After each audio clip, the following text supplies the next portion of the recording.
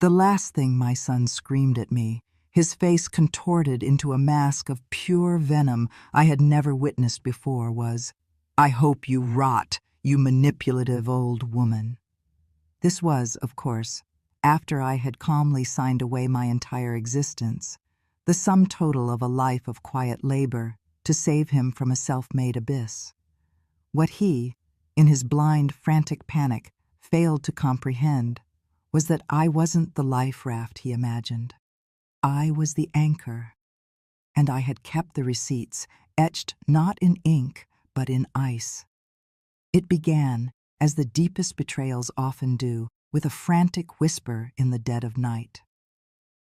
My phone buzzed on the nightstand at 1:17 a.m., a serpent in the dark, coiled and waiting. It pulled me from a dreamless sleep, not into the gentle quiet of my small Ohio home, but into a tempest I should have seen brewing for years on the horizon. The voice that crackled through the speaker wasn't my son, Julian, the man who now wore tailored suits and a condescending smirk as armor. It was the voice of a terrified boy, the same boy who once hid behind my legs from thunderstorms, now lost in a forest of his own making, his breath catching in ragged, desperate sobs that tore at the fabric of the night. "Mom, please," he wept, the sound shredding what was left of my peace. "You have to help me. I swear, I'll lose everything. I'm ruined." "Breathe, Julian," I said, my voice a flat line, a stark contrast to his hysteria.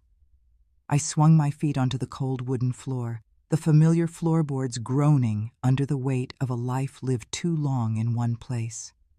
My heart had started a slow, heavy drumbeat against my ribs. "Tell me what you've done." My mind flashed back, an involuntary reflex, to a different kind of crisis.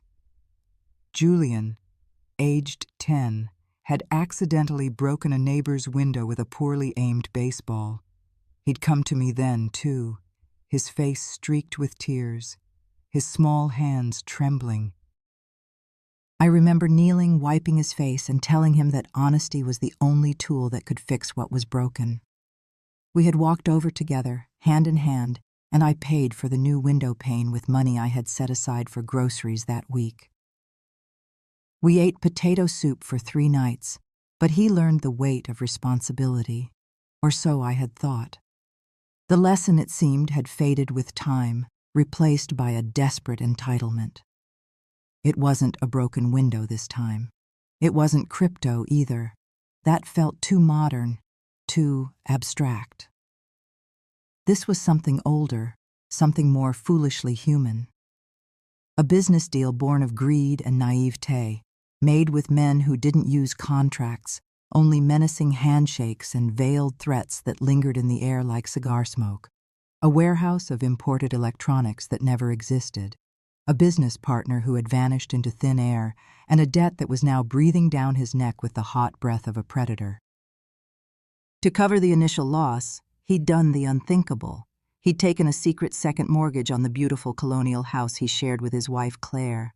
A house I had given them the down payment for, a check written with a hand shaking with pride at his wedding reception. Now, the wolves weren't just at the door. They were inside, measuring the drapes. "She doesn't know how bad it is," he choked out, the words tangled in shame. "She thinks it's a small loss, a business hiccup. If she finds out the real number, she'll leave me, Mom. She'll take the kids. I swear to God, my life is over." A profound silence filled my small bedroom, a quiet so deep it felt like the earth holding its breath. The moon cast a pale, skeletal light through the window, illuminating dust motes dancing in the still air. This was my only child. The boy I'd raised in this very house, working double shifts at the diner, my hands raw from hot water and bleach, just so he could have the things I never did. New shoes for school, music lessons, a college education without the crushing weight of loans. I had built my entire world around his future, and now he was telling me it was all about to crumble. How much? The question left my lips devoid of any emotion, a shard of ice in the warm, dark room. He whispered the number like a prayer to a dead god, a confession in a desecrated church. $95,000. I didn't gasp. I didn't cry. I didn't rail at the heavens.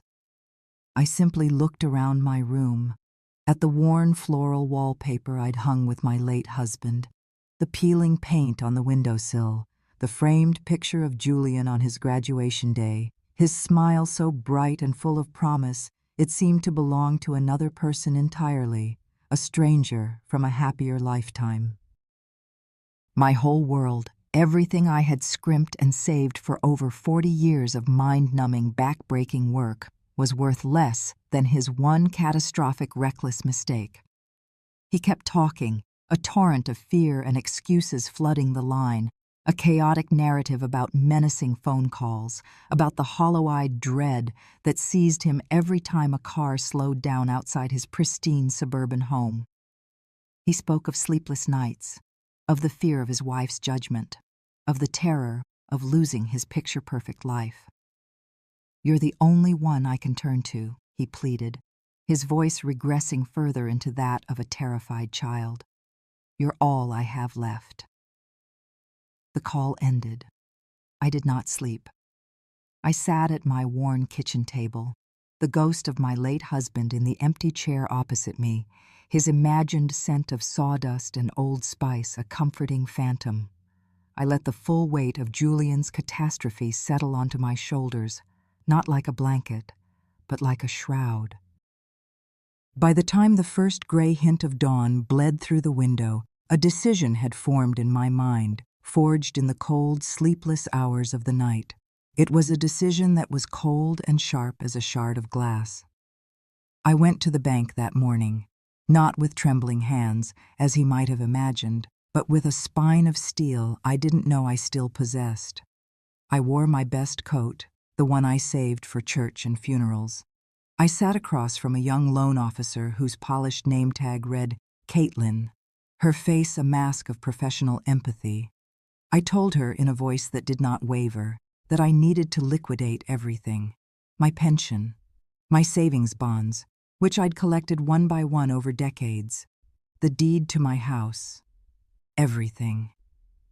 Caitlin blinked, her carefully practiced smile faltering. "Ma'am, Eleanor, may I ask why? Forgive me for being forward, but this is your entire retirement, your security. Once it's gone, it's gone." She gestured around the opulent bank lobby, a temple of financial security I was about to desecrate. "My son," I said, the words simple, the meaning a bottomless chasm. "He is in trouble." She hesitated, her professional concern warring with the unsettling calm in my eyes. She saw an elderly woman, probably confused, making a rash, emotional decision, a victim in the making. "You understand this leaves you with nothing. It's an immense risk. We strongly advise against—" "I understand perfectly," I said, leaning forward just enough to lower my voice, creating a small, confidential bubble in the vast, open space. "He's my son." But as she began to tap reluctantly at her keyboard, preparing the paperwork that would dismantle my life, I added one more instruction, a quiet, almost casual request that altered the entire equation. "I won't be co-signing anything," I clarified, my tone light, as if discussing the weather. "His debt is with unsavory people. My name cannot be associated with his.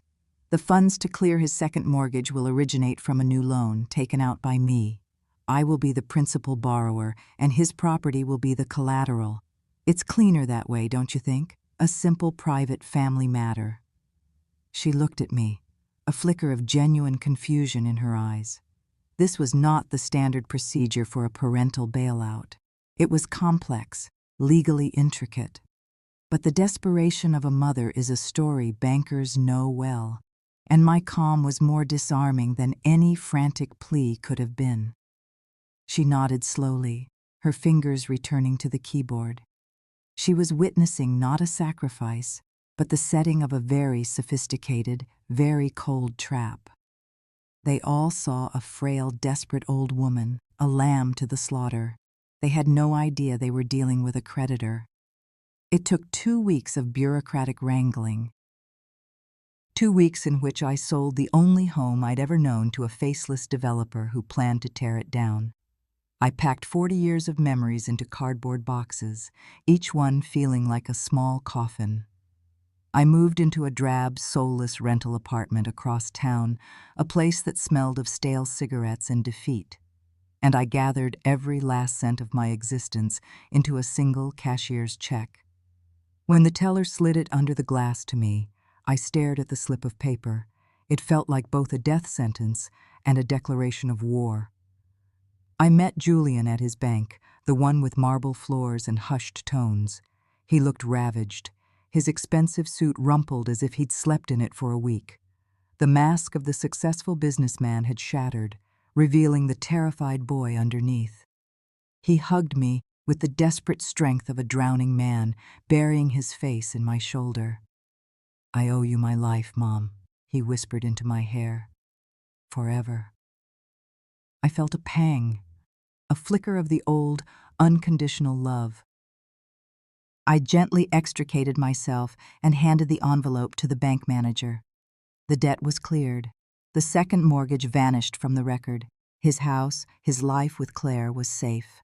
As we walked out into the bright, unforgiving sunlight, he slung a proprietary arm around my shoulders.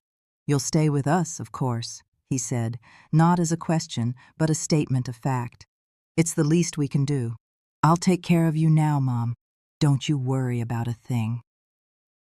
And in that moment, staring into the face of my relieved, grateful child, I almost believed him. I allowed myself a fragile sliver of hope. Because that is the curse of mothers.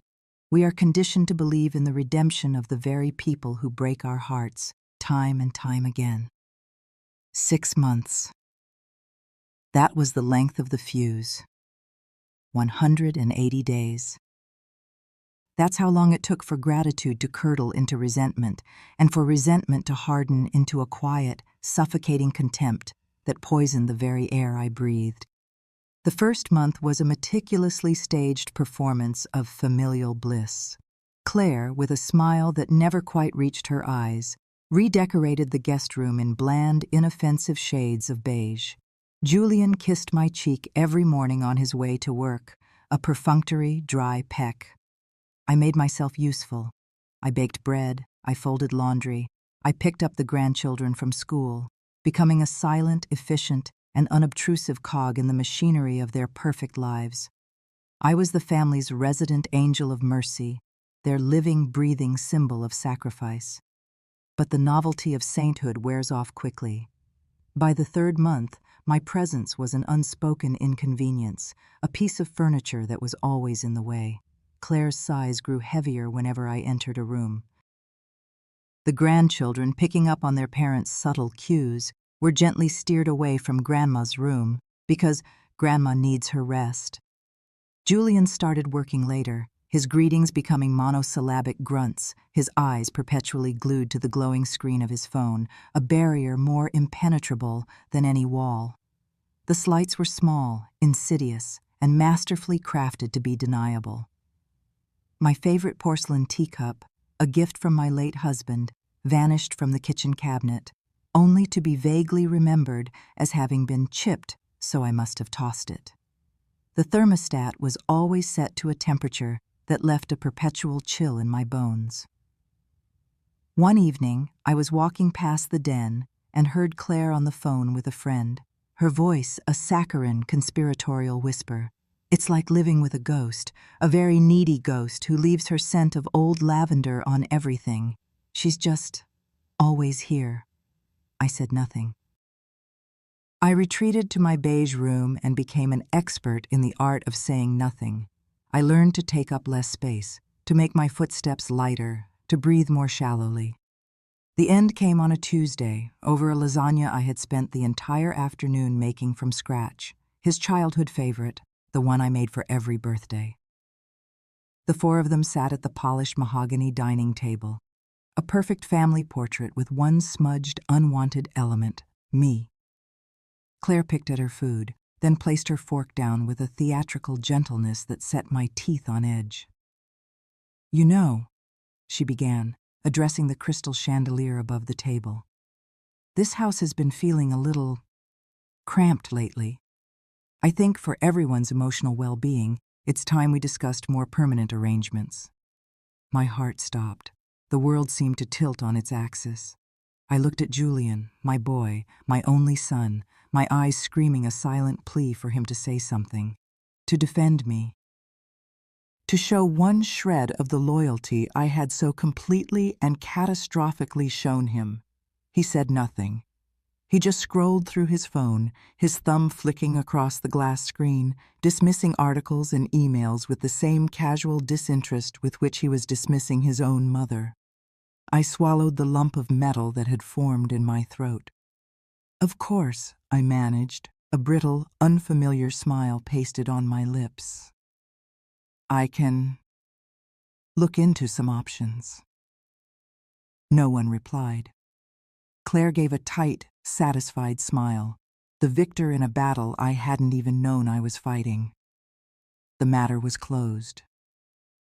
A week later, I came back from the grocery store, my arms laden with ingredients for a shepherd's pie, to find my key wouldn't turn in the lock. They had changed them. My first thought was that it was a mistake, a misunderstanding. I rang the bell. I knocked. I called Julian's phone. My texts met with an electronic void. Finally, hours later, he pulled into the driveway, Claire beside him, her face a mask of cold resolve. He got out, feigning surprise with an actor's skill. "Mom, what are you doing out here?" "I live here," I said, my voice dangerously quiet, all the air sucked out of it. Or I thought I did. Claire stepped forward then, her arms crossed, a fortress of indignation. "We had to change the locks for security. It's just not working out, Eleanor. You being here, it's too much." "Too much?" The words escaped me, a ragged, incredulous whisper. "I gave you everything. I sold my home. For you." That was when Julian's face twisted into that final, ugly snarl, the face of a cornered animal. "Nobody asked you to do that. You made that choice. You've always held it over my head. You expect us to what? Worship you for it. You've been a weight around my neck my whole life." A leech. "Why don't you do us all a favor and just disappear?" He gestured wildly at the street, at the world beyond their perfect lawn. "Just go. Just die. I don't give a shit." He turned and walked inside. Claire followed without a word, the new high-security door clicking shut with a definitive soul-crushing finality. I was left on the sidewalk, holding 2 bags of groceries, locked out of the life I had single-handedly salvaged. And in that moment of absolute crystalline betrayal, I did not cry. A strange cold clarity washed over me, a baptism of ice. I straightened my coat, took out my phone, and called a cab. "All right, Eleanor," I whispered to the empty street, the manicured lawns, the silent watching windows. "The performance is over. Time to call in the debt." They thought they had broken me. They thought they had discarded me like a piece of old trash. What they never considered, what their breathtaking arrogance never allowed them to see, was that I hadn't just been their savior. I had been their banker. I moved into that drab apartment, a 1-bedroom box managed by a kind, weary-eyed widow named Mrs. Gable. She took one look at my face and the 2 grocery bags at my feet and simply said, "The world can be a cruel place for a woman alone. The kettle's on." We never spoke of it again. For a year, I lived in a self-imposed exile of silence. No calls, no texts. I was erased. I volunteered at a local church soup kitchen, a place that smelled of bleach and simmering stew. I sorted donated clothes and served meals to men and women who, like me, had been forgotten by the world. They knew me only as Eleanor, the quiet woman with the sad eyes. Then, one crisp autumn morning, Mrs. Gable slid the community newspaper across the table to me. There, in a small, grainy photo on page 3, was Julian and Claire beaming in front of a vacant storefront.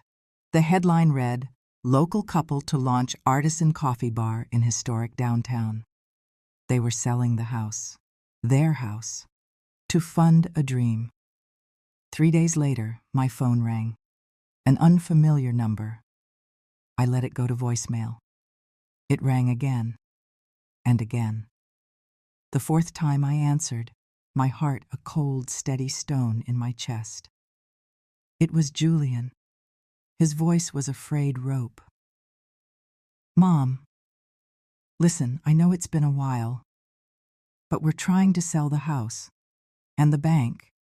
They're saying we can't close without your signature. They said you're the primary on the loan, that your name is on the secured deed." I waited, letting the silence stretch, letting him dangle in the abyss he had dug for me. "It's just a formality, a technicality," he said, the words tumbling out in a desperate rush. "If you could just come in and sign." I cut him off, my voice as soft and chilling as the first frost of winter. "Why would you need me for anything, Julian? I thought I was a leech, a burden, someone who should just die." A choking sound on the other end of the line. The sound of a man being confronted with the ghost of his own cruelty. "Mom, I was angry. I didn't mean it." "Oh, but you did," I said, still quiet, still calm. "You meant every syllable. Words like that don't just appear, son. They are grown, nurtured in the dark, silent parts of the heart." He was openly weeping now, the ugly gasping sobs of a man who has just realized he's been checkmated by a player he never even knew was in the game. "I'm sorry," he begged, the words tearing from his throat. "Please, Mom, just help us." I leaned back in my rickety chair, watching a single golden leaf drift past my window, a perfect, elegant spiral downwards. "What was that last part?" I whispered. "The part where you need my help. Say it again." A pause, thick with his shattered pride, then his voice, stripped of everything, broken and small. "I owe you, Mom. I owe you everything." I allowed myself a small, cold smile. "Now," I said, "you have my attention."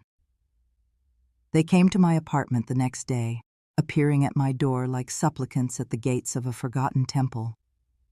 They stood awkwardly in my tiny living room, a space so small it seemed to magnify their shame. Claire started crying immediately, a practiced, theatrical display of remorse that I found utterly repulsive. "We messed up, Eleanor. We were horrible to you." Julian just stared at a crack in the linoleum floor, a man so thoroughly buried in the rubble of his own arrogance he couldn't even lift his eyes. I let them talk. I let them exhaust their pathetic, self-serving excuses. Then, when the well of their false sorrow had run dry, I walked to a small wooden chest in the corner and retrieved a crisp manila file. I placed it on the table between us, with a soft, definitive thud. "This," I said, my voice steady and clear, "is a copy of the loan agreement you never bothered to read. This is the mortgage deed, with my name listed as the primary holder. And this," I slid a final, freshly notarized page in front of them, its ink still sharp, "is the official demand for repayment. The principal of $95,000 plus 12% interest, compounded over the last 18 months. The total is $115,427. You have 30 days. Claire gasped, as if the air had been stolen from her lungs. Julian looked as if I had physically struck him across the face. "We don't have that kind of money," she shrieked, her mask of contrition dissolving to reveal the raw greed beneath. "Our entire future is tied up in that house." "Then perhaps you should have valued the person who secured it for you," I said, my voice unwavering. "You see, the house was never truly yours to gamble with. It was my collateral, my investment, my name. You played a high-stakes game with something you didn't own. And now, The dealer is at the table, collecting her winnings. He finally looked at me, really looked at me, and in his eyes I saw the dawning horrific understanding of the magnitude of his disrespect. He had not just betrayed a mother, he had defaulted on a loan from a creditor who held his entire world in the palm of her hand. The 30 days came and went, a silent countdown to the inevitable. No payment arrived. No miracle materialized. So I did what any lender would do. I filed the petition to foreclose. The law, unlike a mother's heart, does not bend for tears or apologies. It is a cold, impartial, and efficient machine. I did not go to watch the eviction. I had no desire to witness their ruin, to gloat over their self-inflicted demise. Instead, I sat at my small kitchen table and began sketching plans on a piece of graph paper. Plans for a small, modest house on a plot of land on the quiet edge of town that I had already purchased with the last of my emergency funds. A house with a garden for tomatoes and lavender, a wide porch for watching sunsets, and a door that only I held the key to. It's never too late to begin again. I hear my own voice echo in my memory from my last, brief conversation with him after the foreclosure was complete. He had called, his voice hollowed out, a ghost of itself. "I understand now," he'd whispered. I had replied with my final lesson. "But some lessons, you don't pay for twice." He had mistaken my unconditional love for an unconditional line of credit. He had learned, far too late, that the quietest people often keep the most meticulous records. I am not the villain of this story. I am not the hero. I am simply the consequence. I am the woman who was told to disappear, and so I did, into a life of my own making, a life built from the ashes of a love I finally, mercifully, let burn. I am no longer the soil for someone else's roots to strangle. I have planted my own, and in the quiet solitude of my new beginning, they are finally, fiercely, and gloriously taking hold.